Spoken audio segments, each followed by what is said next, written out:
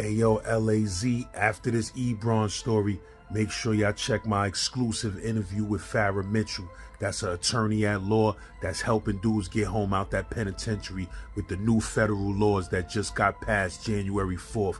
Make sure y'all tune in and spread that information. Ayo, make sure y'all check that new video on YouTube by the society. It's called Parliament. You heard? And it's all type of cities and states on this track repping. Leave a comment, tell them Z-Man sent you. Hey, yo, shout out to the whole Brownsville, Brooklyn. Shout out to the bro Ebron. You heard, if you from Brownsville out there getting them comments, let me know what projects, what block, what strip, what area in the Ville you repping. You heard, if you from Brooklyn, I need you to do the same. You heard? Z-Lord, shout out to my bros up at Dykeman, 200 block. You heard? Shout out to my whole Gen Pop fam, comment gang. I need y'all to get in them comments. Tear this up. You heard? Make sure that algorithm is fluffmatic. You already snow removal. I got heat dropping all week. Make sure you go check out them 2 new Black Knowledge episodes with that war with Schenectady. Part 1, Part 2 is on the channel. If you got crazy jail and hood stories, get at broadcasting live from New York City. It's the hottest channel on these YouTube streets. The best jail stories and hood stories are here. The whole visit area was going bananas. Bananas. Homeboy, they say he was trying to get up. And they was like, don't get up, son. Don't get up, son. Your spine is going to come out. We see your bones. We see your spine, son. Don't try to get up. They saw that nigga's spine bone, nigga.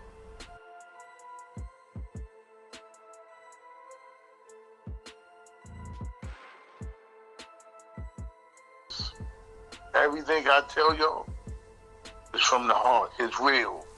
It's real because I lived it. And once you live this, you cannot forget it. Every day I went on the island. You never know what to expect, like I told y'all. But I knew I was going to expect something going over that bridge. Because every day is a different day. This day I go in, I got the adults, grown men. And when I walk in my house, I hear the inmates singing, tell me who been kissing you, say who, while I've been missing you. Oh, tell me who been kissing you, say who, while I've been missing you. I said, what the fuck? I said, that's, when I walk in and I hear something like that,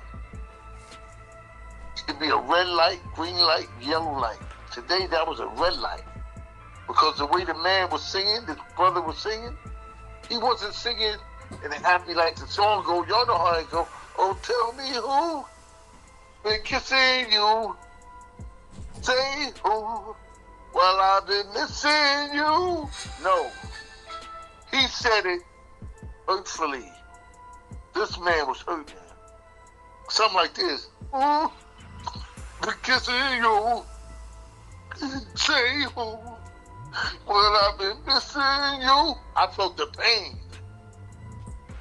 So right then I knew that was red light, nigga. Red light. You gotta know, you gotta learn, you gotta know, feel when shit ain't right. And I know that wasn't right. So I knew after I take my count, I got to go check on that one. Because something's not right. And sure enough, after I took my count, I go see him, and he's singing that same old song. And I see, yo, bro, you all right? And he looked at me, and he wasn't laying down on his bed. He was sitting on his bed rocking. And he was singing that song. So automatically, once I see the rock, and the way he looked at me, I told the officer, yo, crack his cell. Crack his cell for me. Crack 30 cell. Officer cracked 30 cell. I'm like, yo, what's up, man? What's going on, man? He said, yo, E, man, I'm hurting, nigga. I fucked up, man. I can't take this shit, man. I said, yo, hold up, bro. Hold up. What happened? Tell me, just talk to me. Yo, E, man, I'm telling you, man, I don't want to live no more. I don't care. Wait a minute. Talk to me, bro. For what? Talk. What? What's up, man? Come on. Talk to me, man. He said, yo, a couple of weeks ago, when they delivered the mail, they gave my mail, to another inmate. The other inmate is in 14 cell. Me and this dude talk all the time. You know, at 7 o'clock, you don't be here, Ebron, but at 7 o'clock, that's my slot time. And at 7 o'clock, I get that jack. My girl know to be there. She get my phone call. Everybody know that's 7 o'clock slot time, that's mine. And when I call my girl, she's not picking up. She was always there. And I'm wondering, what the fuck changed? Her sister didn't get home, she went to the store. She'll be back later. She went to go get some cat food. She went to go get some dog food. I could never get her. And I know this is some bullshit. And this shit didn't start until that nigga had my mail. I think that motherfucker talking to my girl. I'm like, yo, come on, man. Nah, Eve, you don't understand this shit. This nigga come out his cell looking at me all funny and shit. I'm ready to rock that nigga world. I said, hold up, son.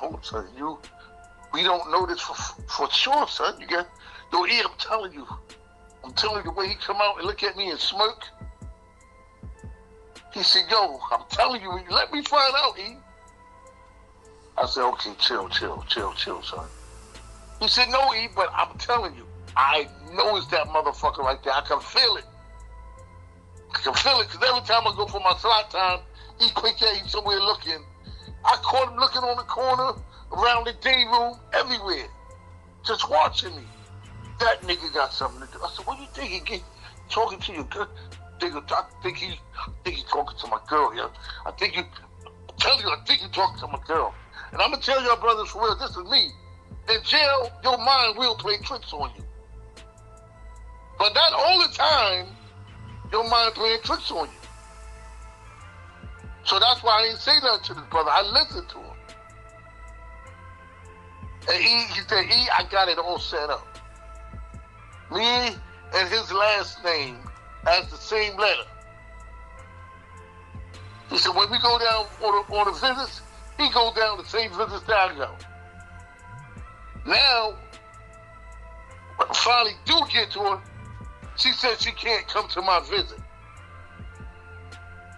She ain't never said she can't come to my visit. Now all of a sudden she can't come. But he said, yo, I got this. I'm like, yo, what's up? He said, E, you know what I'm gonna do? She said she can't come. I'm gonna call somebody else to come and visit me that day. And I'm gonna see through this motherfucker over here going to visit. And if he go on a motherfucking visit, and my lady's on that visit, I said, man, come on, you bugging out. Don't think like it. Nah, E, I'm telling you, I feel it in my heart. Something ain't right. And he just looked at me and started real rocking again, started singing. Tell me who been kissing you. Say who, while I've been missing you. And I'm rubbing the brother back. I'm like, come on, nigga, come on, man. Come on, you want to try to call it now? You like, hey, come on, try to call it now. I get him out of the cell, he get on the phone, he call her, he talking, but they arguing, they not talking. Thanks, E, coming back down the hall. Thanks, E, man.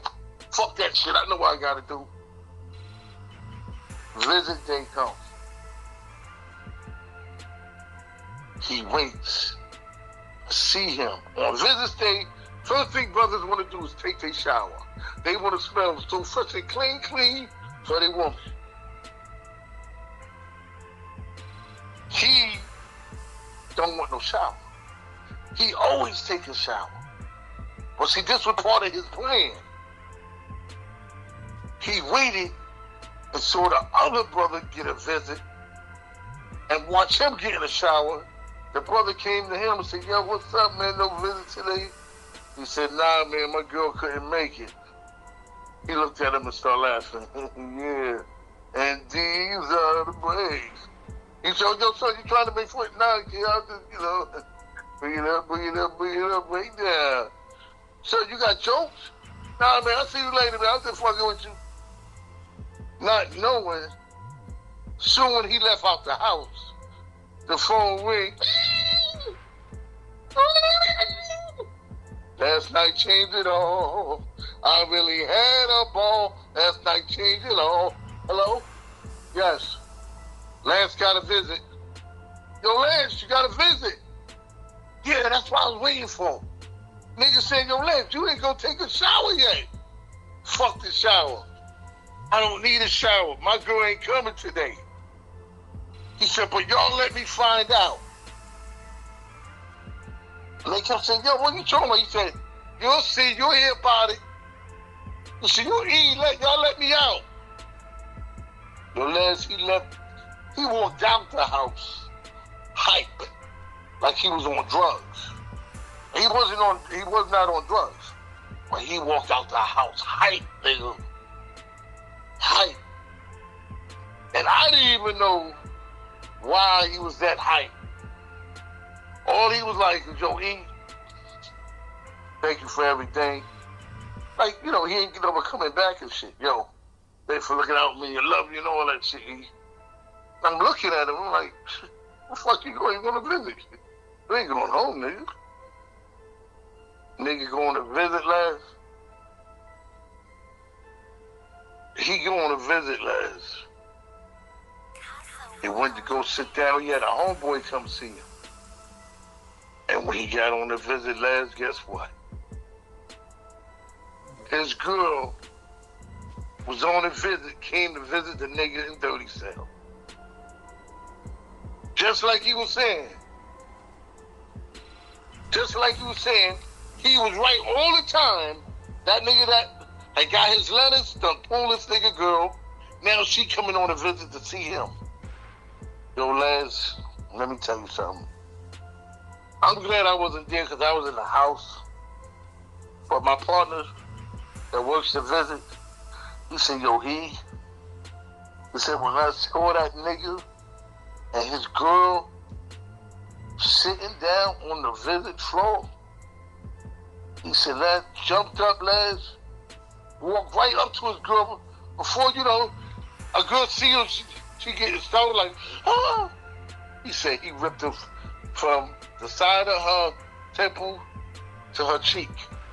And she starts screaming, and that nigga that had his mail that was in his house, he looked at her, and he turned around and tried to run, and Lance cut that nigga from the back of his nut to the crack of his ass. From the back of his nut, right here, back of his neck, to the crack of his ass. The whole visit area was going bananas. Bananas. Homeboy, they say he was trying to get up, and they was like, don't get up, son, don't get up, son. Your spine is going to come out. We see your bones. We see your spine, son. Don't try to get up. They saw that nigga's spine bone, nigga.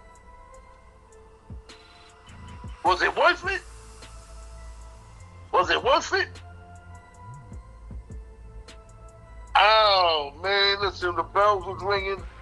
That was stat run, nigga, for both of them. His girl and that nigga that was in the house. Violation. Violation. You can't forget shit like that, man. You know what I'm saying? You can't forget shit. When they brought him back to me, handcuffs and everything. You know they get a new charge, Lance. You know all that shit. They get a new charge. And when he came back, they brought him back to me. baby. He said, yo, Ebron, I told you. I told you I knew what the fuck I was talking about. I told you. I told you I knew I was from. And the whole house, yo, it went through the whole jail, lads. It went through the whole jail. And that's when they started having big issues about the mail. The mailman, you know, whoever delivered the mail, make sure the right inmate get the mail. You understand? But that was a crazy goddamn incident. Because when it happened and I heard about it, I went out to go to see. Yo, he tore that girl up, son. She, you know, I ain't got nothing to say about it. She was told the fuck up, son. Word up. You know. What you say? You say he cut her where? From her temple to the side of her cheek by her mouth. Word up. Yo, it looked like her mouth looking like a side pocket, a flipper. Said he had a scalpel? Yeah. He had a scalpel. He had a scalpel, son. He had a scalpel. I try to tell you, son. Jail is no motherfucking joke. There's 8 million ways to die. Choose one, nigga. Don't never come to jail, man. Don't never come to jail, man. Because it's not no joke. Let me tell you something. Yo, Lance, you know what? You got gold in that cell. You know you got gold in your cell, right? That cell you was in, Lance? You know you got some gold in there. You know that. There's some gold in them hills. You know where the gold is at, Lance? Where? That toilet bowl. That toilet bowl. Everybody home right now, they living a life. They got their sink, their toilet bowl, their showers. You know, they take everything, all convenience. But when you in jail, that toilet bowl is like Jack and the Beanstalk, the golden harp. That toilet bowl is your golden harp, nigga. And the reason why I say that is because that's your motherfucking refrigerator. That's your dishwasher, nigga. You gotta keep your Kool-Aid, your soda, your mayonnaise, your cold cuts in that toilet. That toilet bowl got to be crispy and clean. Crispy and clean. You got to make a love to that motherfucking toilet bowl, nigga. Cause that's your refrigerator, nigga. You eating and drinking and shitting out that motherfucker. Want a cold milk? It's in the toilet. Cold soda? It's in the toilet. Cold cuts? In the toilet. Mayonnaise? In the toilet.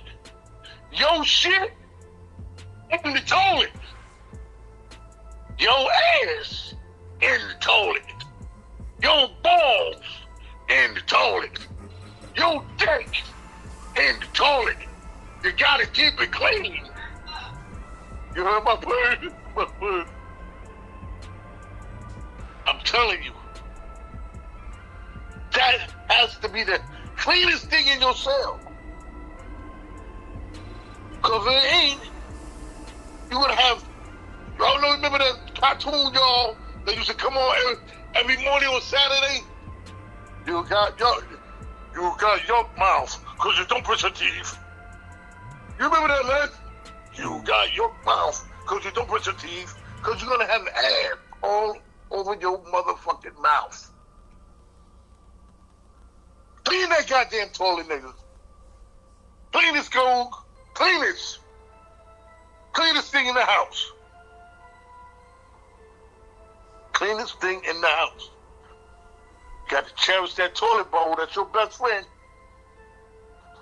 Some of them brothers in there were so goddamn nasty. I come in the morning, that toilet paper stuffed to the side of the toilet, Les. Past the side of the toilet where they beat off. And they didn't flush it. They just took the beat off tissue and threw it on the side of the toilet. They didn't throw this shit in the toilet to flush it. I thought, why you got all that beat off meat in the corner, nigga? The fuck is wrong with you? I'm gonna get it. You motherfucker, clean that shit up. Come in your cell, you got all that eat off tissue in the corner. And then the CO female come down. Yo, I'm gonna tell you, you can't do nothing about this.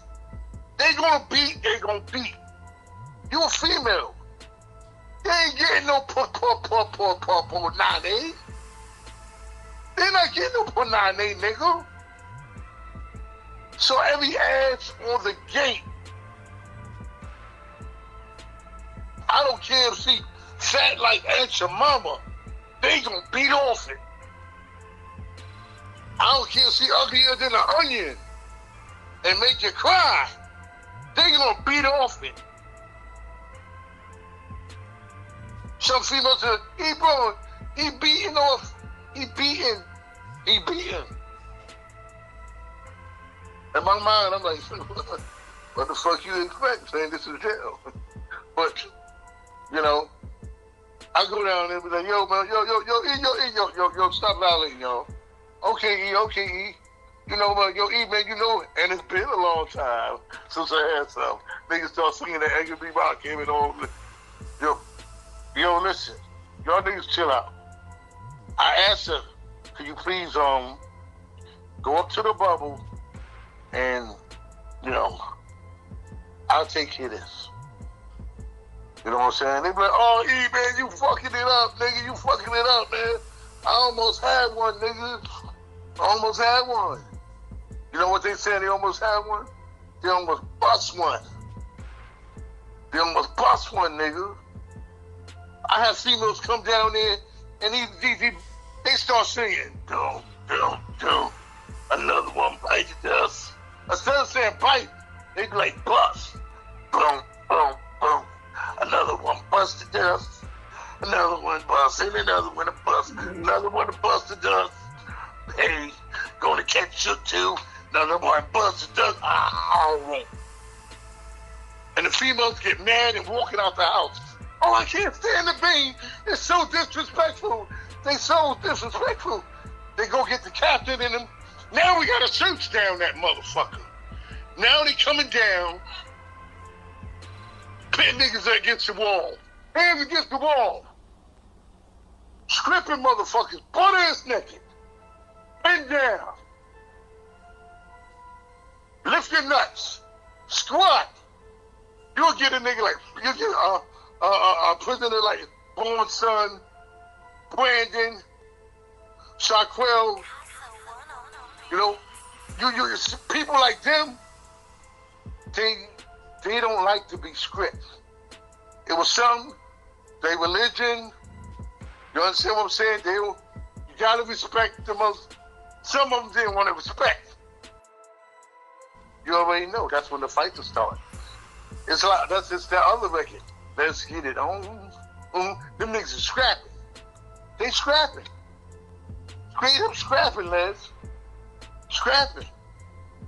You know what I'm saying? Now they all handcuffed and everything. And you know me, you know, I'm looking at them, they looking at me, and I'm like, oh, these niggas, what, you know. But I knew it was coming. I knew,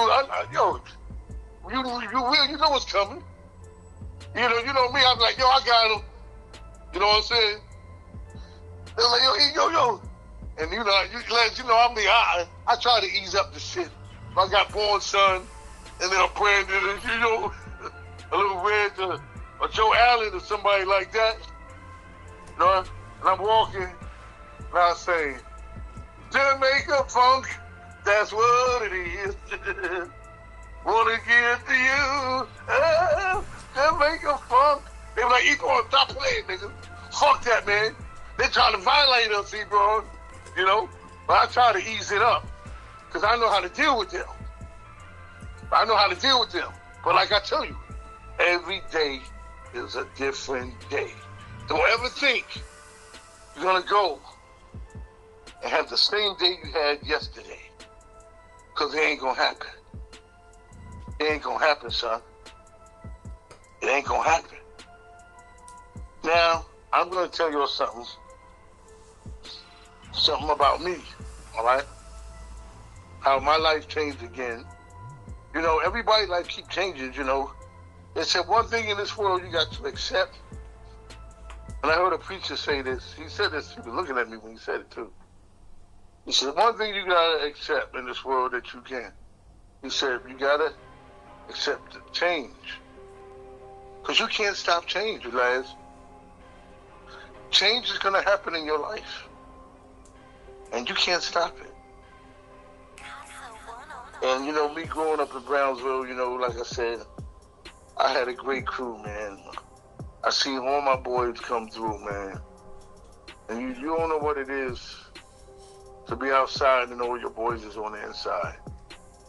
You know, you got that emptiness. And one of my boys, this was right before I got on the job too, man. You know, respect to Gallo, respect to Big Derek, Brazil, and Donald Ravenel. We was all together that day, and me and Gallo just went and got a bag of weed. He got a bag of weed, and he was like, yo, man, let's smoke this, eh?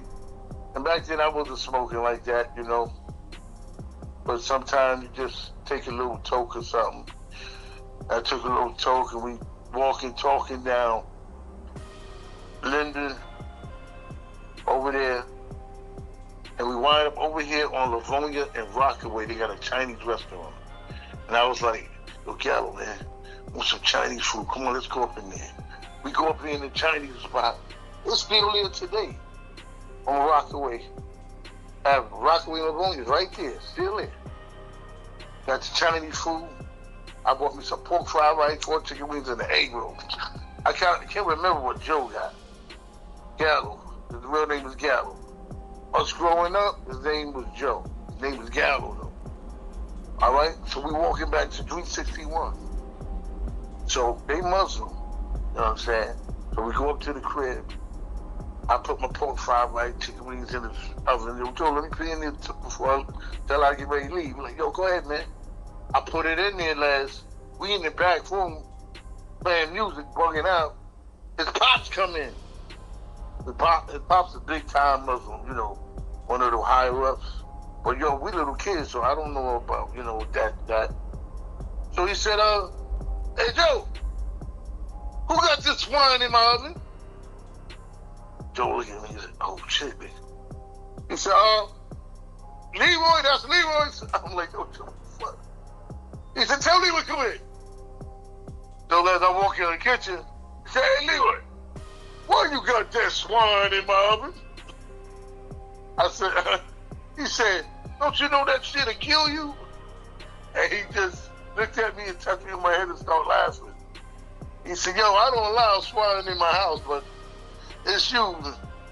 So you got to pass on this one. But stop eating that swine, that shit'll kill you. Right? So I go back in the back room, I'm looking at Joe, he's sweating because that's their religion. They really don't allow pork in their house. But I didn't know nothing about that. But he knew about it, but he didn't know his father was going to look in the oven either. So we said, okay, let's leave. So now we leaving out of 361, 392 is right next to 361.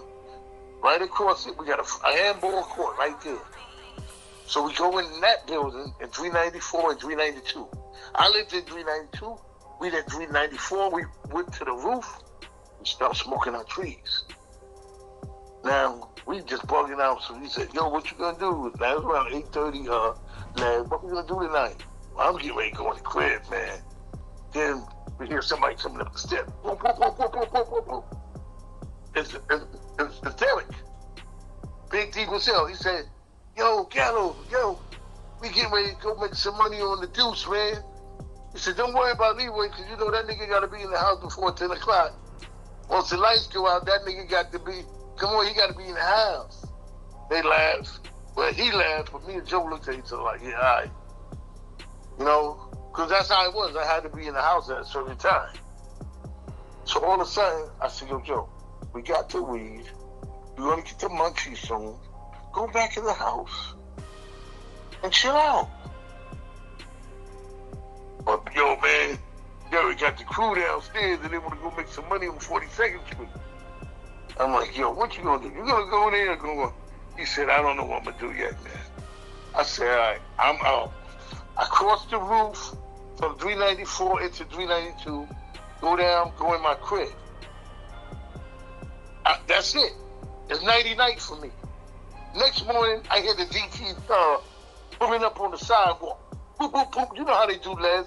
5 o'clock in the morning. Boop, boop, boop. Slamming the doors because they want to wake everybody up to let them know they're here. Yeah, where you at? They go run in my building. They run on my floor. I live on the second floor. All you hear is, yo, come here. Don't remember, come here. All you hear is fighting. So my father jumps up and says, oh, shit. They done did something last night. They went and got our next door neighbor, Donald. And that Donald, remind y'all, Donald is the one I almost lost my job for. The first 3 months on the job, I almost lost my job because when I came in, the riot squad was stomping him out. And while they were stomping him out, I didn't know it was him. Because I just walked through the door and the bell ringing. But something told me to go and see who they were stomping. And when I looked over and I seen it was my neighbor Donald, I'm going to tell y'all, man, I blinked out, y'all. Remember, I only had 3 months on the job. I blinked out, yo. I'm not going to lie to you. I blinked out. All I saw was my milky cookies, neighbor, friend, as kids in this sandbox getting stomped out. But what really set me off is when I saw this white officer take his foot and was getting ready to put it on his forehead and scrape the skin off his face. When I saw that, y'all, I lost it. I grabbed that officer. I threw him against the wall, y'all.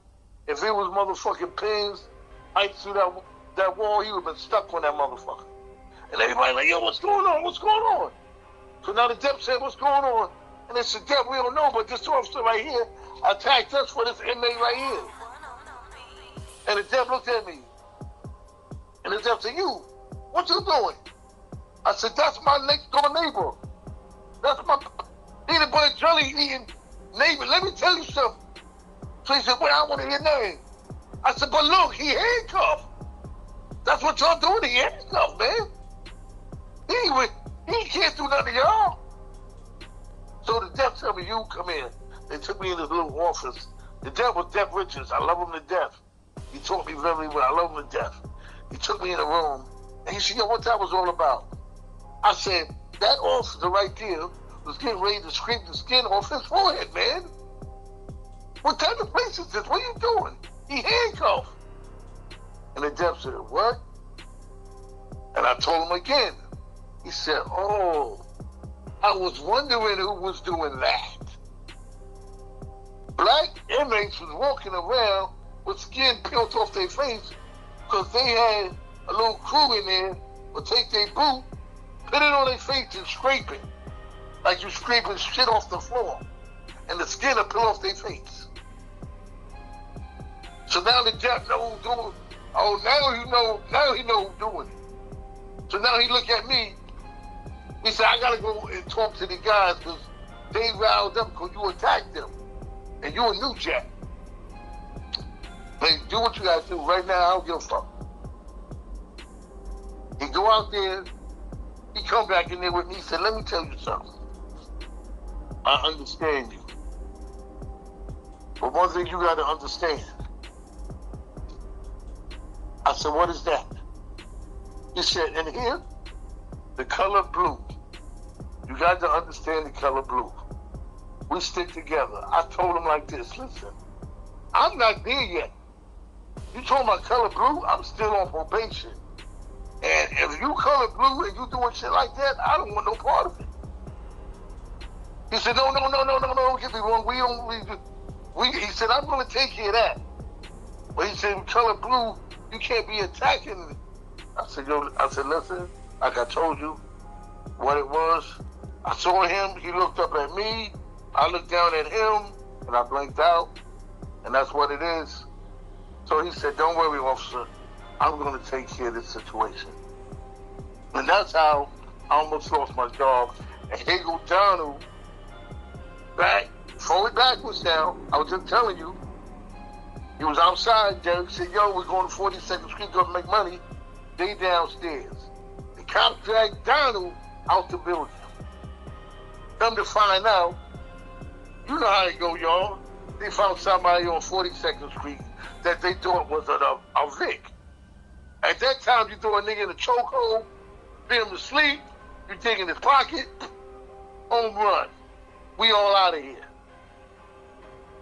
They said Donald didn't put him to sleep good enough.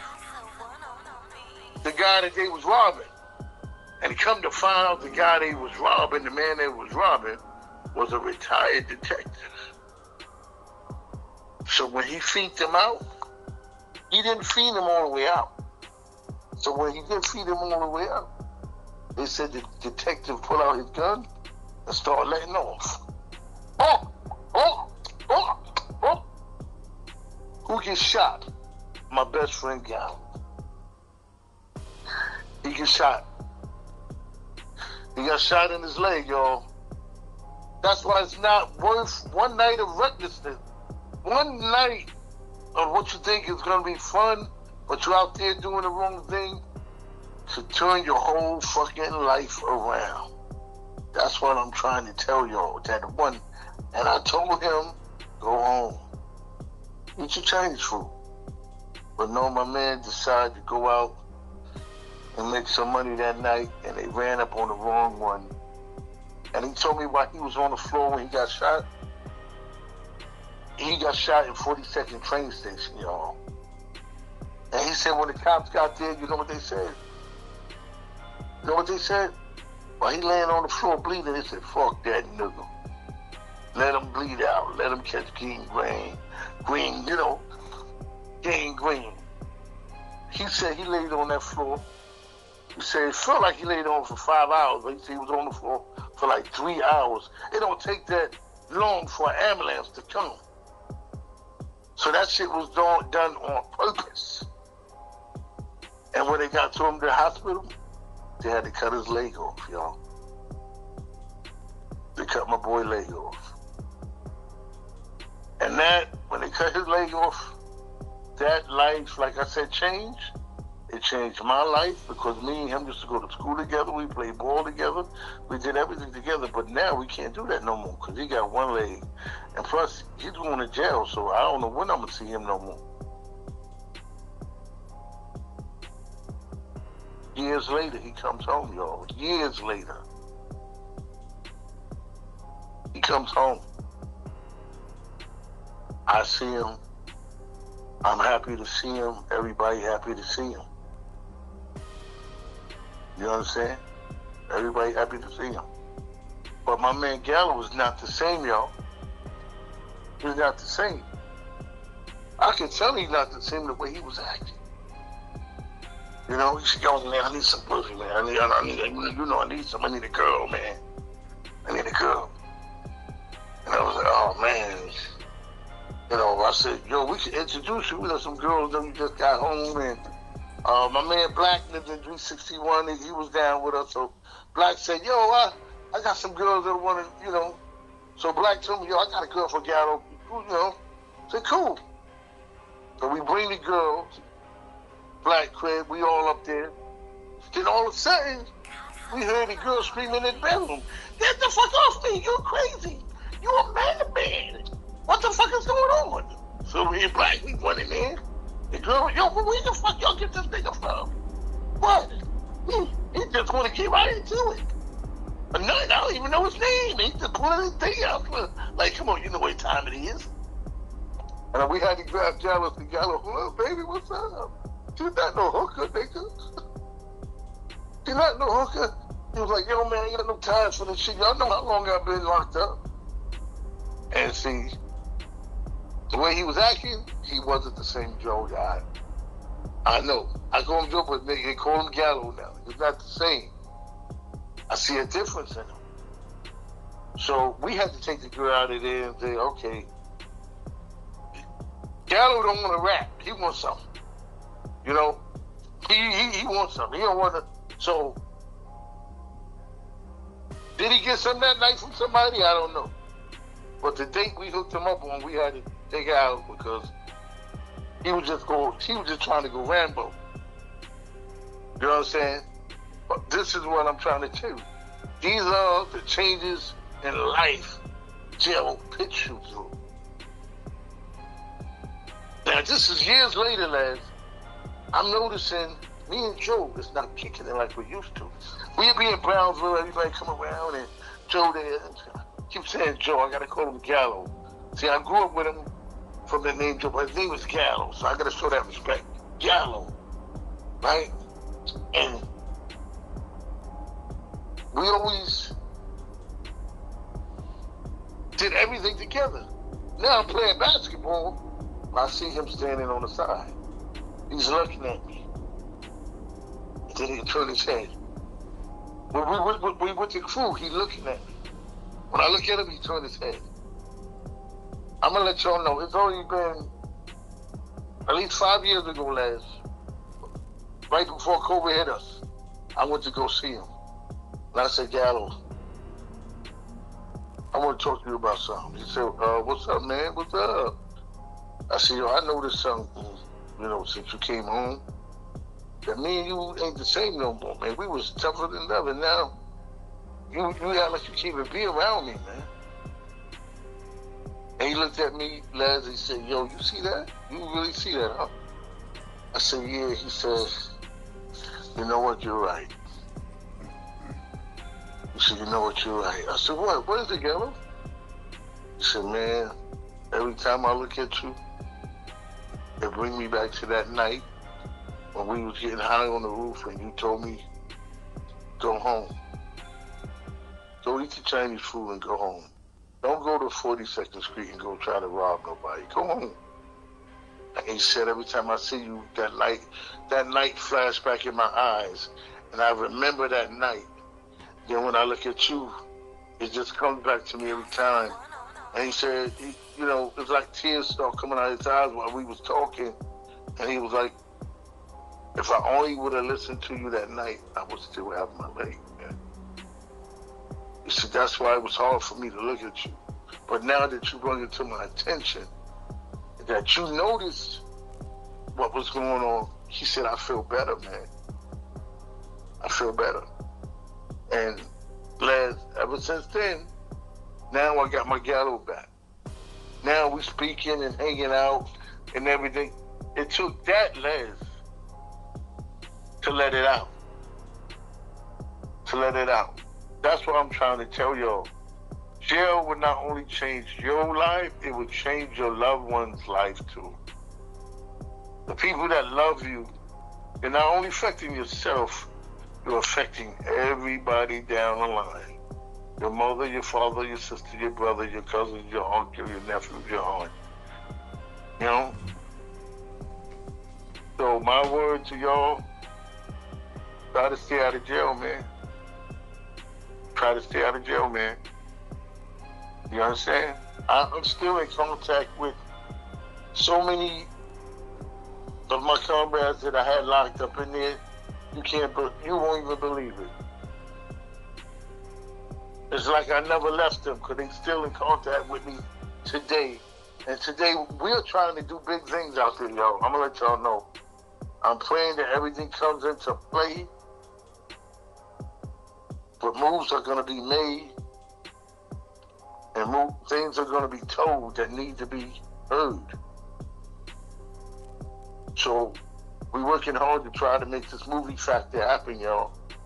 I'm letting y'all know, man. I've been in there 22 years. I can't run out of stories to tell y'all. You understand what I'm saying? I can't run out, nigga. I can't. It's in my brain. Insane in the membrane. Insane in the brain. Lads, I want to tell you, lads, my brother Gallo, now he became a pillar of the community. He's like the president of the South Side. When you see they have the South Side parties and the park stuff, that came from him, man.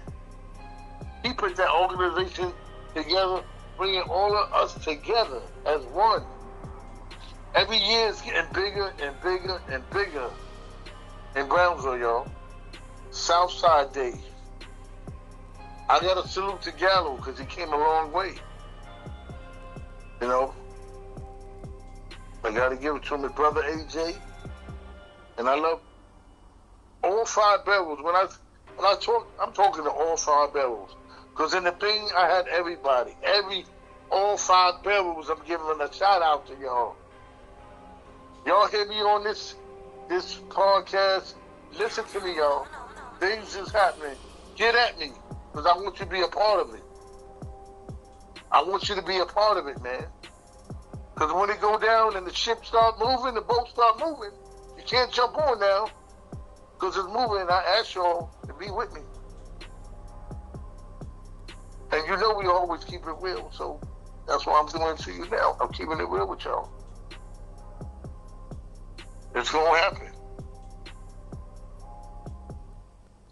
Les? Yes, sir. You know, this is for the peoples, man. This is for the peoples.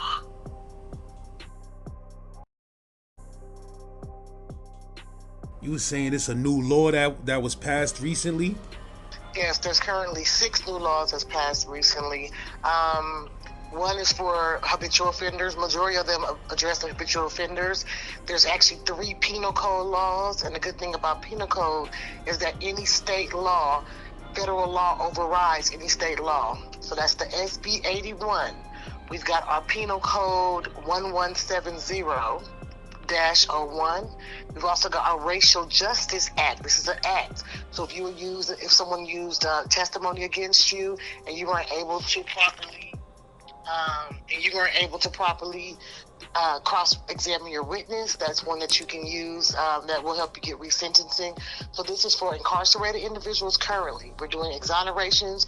Our pleadings are for exonerations and case resentencing with the same resentenced judge or another judge. Just depends on how long you've been there. So these are for prisoners that have done at least 4 years in prison. We also have that also goes with the 14th Amendment with the Racial Justice Act of 745. So if you're currently incarcerated, you have the federal law for Proposition 47 and 64, which are for habitual offenders. This applies to the RICO law. So if you were tried under RICO law, under murder, robbery, drugs, or gun possession, this would allow you to be resentenced. As well as if you were tried in a first-degree murder and you were convicted of first-degree or second-degree murder, following your trial or you accepted charges such as a plea offer, you'll be eligible for exoneration and sentence reduction under the felony. This is another act, the Felony Resentencing Act and SB 81. Now, we also have gang sentencing penal law. So if they say you were gang affiliated and, most of these will be our USP inmates. They were gang affiliated and they would say that you were what they call it, captain or, a top commander on that. You know how they do that hierarchy? Mm-hmm. If they said you were on that gang sentencing penal law will allow you to go in and say, hey, no, I was not, a top tier gang member, and this is why I was given so many years. I need this to be resentenced.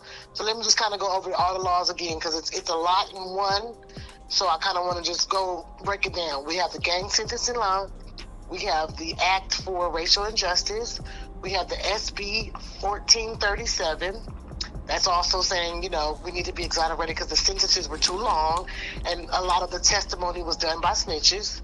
Or the police did not, there were corruption in the police testimony, or it could be in the prosecutor's testimony, or it could be in your defense attorney. He did not give you enough discovery on your evidence. He just made you, go ahead and take a plea rather than really fighting your case correctly, just because you were a habitual offender. They used your old charges against you on your new charges. Let's see, there's a few. It's better that, that you speak with me one-on-one. I can tell you how they become accustomed to your case. And I also have a free PowerPoint presentation that we can go over. And I can say, okay, this will go with your case. And I see this in your discovery. Once you give me your discovery, excuse me. Once you give me your discovery, we can then decipher how these laws work with you. But if you are incarcerated more than 4 years, you qualify. That can just give you a roundabout who qualifies. That's it. That's heavy business and heavy news that a lot of people is going to be happy to hear about. Yes, that's our goal. We're trying to get people home. I have a 16-page pleading. I have nothing but U.S. state case laws, plus these new laws. I also have our constitutional laws all in my pleading. So there's no argument. We're just sending it strictly to your resentencing judge, as well as we're sending it to the State Department of Justice. That'll be the California or wherever state you're in, Department of Justice. And that's that. We're asking for resentencing, or we're asking for exoneration, or if we currently have a case, we're asking for motions to dismiss. I have 19 years experience dealing with case law. This is what I do, and my target audience is habitual offenders. As far as pricing for my 16 plea motion to dismiss and resentencing, I charge $300. And how did you first get into law? I went to school. I was helping my brother. Actually, he was incarcerated for a whole year. My mother paid almost $10,000 for an attorney. He had no bond, just sitting. And I started looking up motions, started looking up case laws. And I was able to get all his testimony. I was able to dismiss all his testimony from the police and what the DA had. That I filed a motion to dismiss straight to his judge. And next thing you know, he was given a bond, an ROR bond. And he was able to come home, but just for a whole year in Pennsylvania, just sitting. And my mother paid someone. I just thought that was just, I just felt so bad about her becking and calling. So then from there, I went to school at Shaw, went to 1 year at NCC Central, then I finished up at Seton Hall in New Jersey. I've got plenty of testimonials. I'm easy to reach. I have an assistant that I work with, so I can't get bombarded, because what I can't do, she can do. We have plenty testimonials for gun charges, larceny, the felonious manslaughter, the felonious, high crime charges. That's what we like to do. DUIs, obstruction of justice. They need this type of information. They need this type of hope. I got a couple of people on the channel right now that got illegal sentences. They gave them life. I know a dude right now, they gave them life. He been sitting in the penitentiary since he was 17 years old, and he's 60 something. You feel what I'm saying? And I was telling him there's no way in the world they should be able to give you that much time from an adolescent. Right. That's why these laws are here, because they base these sentences off of your juvenile history, and that was wrong. They did us wrong with that. Yeah, and it really probably affects majority of people of color. Exactly.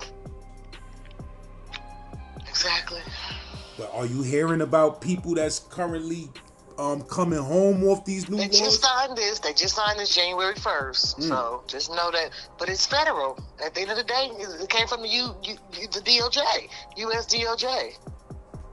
But yeah, understand that it just came into place January 1st. But if I know how to use them with the exact laws, and I know how to tailor them to what your crimes were. I go down that's why I asked for discovery. I go down each and every single factor that the prosecutor had, and the indictment. I forgot one big thing. I'm sorry. Also, because of the racial equality, if you had like 6 jurors that indicted you, and they were of your peers, they were 40-year-old, 50-year-old white men and women that know nothing about hip-hop. Let's just go there, okay? They know nothing about the black culture. But they say you were smoking weed and you were selling weed, and whatever the police said, they just went along with it. It should have been a biased jury in the beginning. It should have been Hispanics, Japanese, those between the ages of 25 that were in your age bracket. Let's say you got your charge, you was 18. So somebody on that jury should have been between 18 and 23. You get what I'm saying? Because they are in your nationality, your culture, and your age genre. So that's why these laws are important too, because they were just putting they had 60-year-old people on on jury trials, 6 and 12 people that live in the hicks of the mountains. You know what I mean?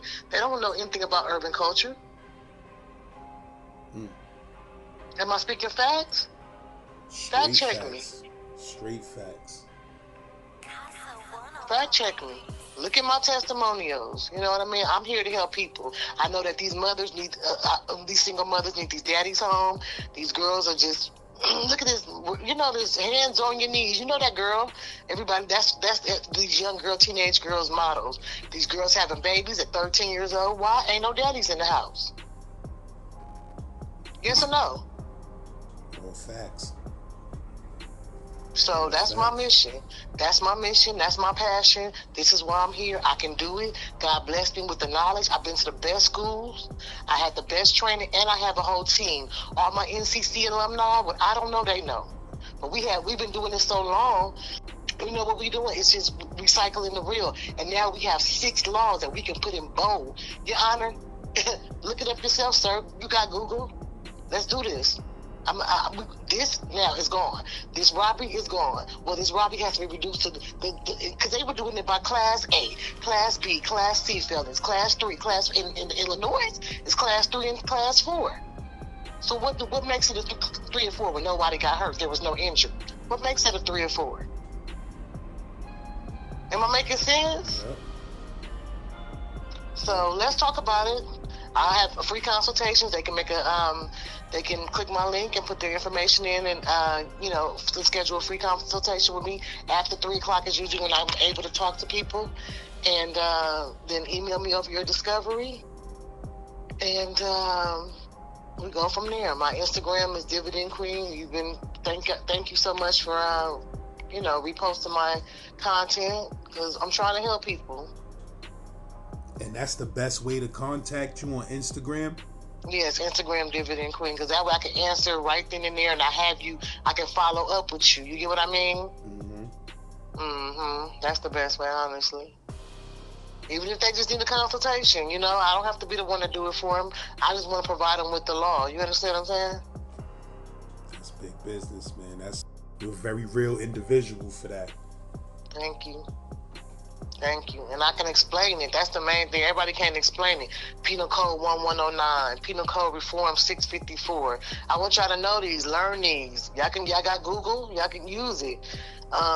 So you said once you did that case for your brother, you just realized that you had a knack for law, and then you went in? Yeah.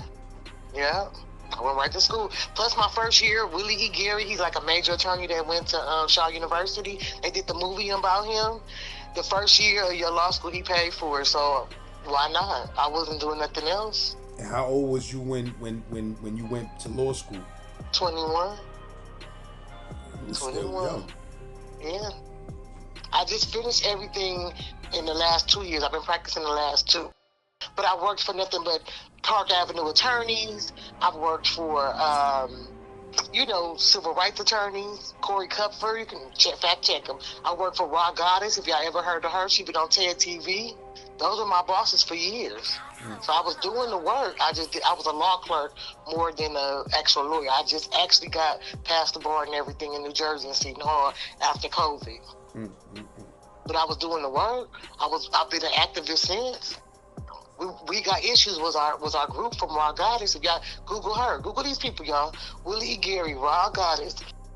Willie H. Harding. He's out of Charlotte. We all out of Charlotte. He's part of our, little network. We have a lawyer network here because we're small in Charlotte. Who else I worked with? Name it, I've done it. But this is what I do. Corey Kupfer, Raw Goddess. Those are the main people I work for. I worked for Raw Goddess for almost 10 years. Yeah. So that's that. Just be praying for me, because this mission, they try to mute me as well. But I'm not gonna stop. What you mean they tried to mute you? Like on TikTok, they took all my sound out when I was trying to explain the law to people. But we shall overcome, y'all, for real now. We finna walk brothers out of there. They can't deny it. Y'all made the law, so apply it. If not, guess what? These judges gonna have to stand down.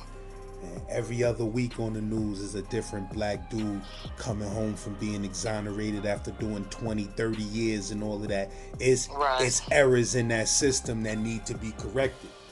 Yeah. All right, my darling. We'll be in touch, okay? I appreciate you so much. My name is Farrah Mitchell. I'm an attorney with Mitchell Law Firm. I specialize in habitual offenders, expungements. Also in working with criminal defense and those who are currently arrested. We currently have 6 new penal laws that are in place, as well as some California state laws to help get exonerations, shorter sentences and resentencing from the judge, as well as they help if you currently have an open case.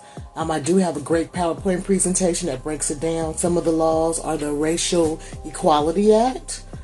We have the Penal Code. Give me one moment. Let me get them in front of me. The Penal Code 1170, and that's for resentencing for those who are currently incarcerated. Let's see. We also have the Racial Justice Act of 745. That's a new act that they got in place. If you were using social media and they use that in your case, or if someone that was accomplice with you used their testimony and you weren't able to cross-examine your witness for their testimony because, of course, they want to get a plea deal. That's also will allow you to get this case. Let's see.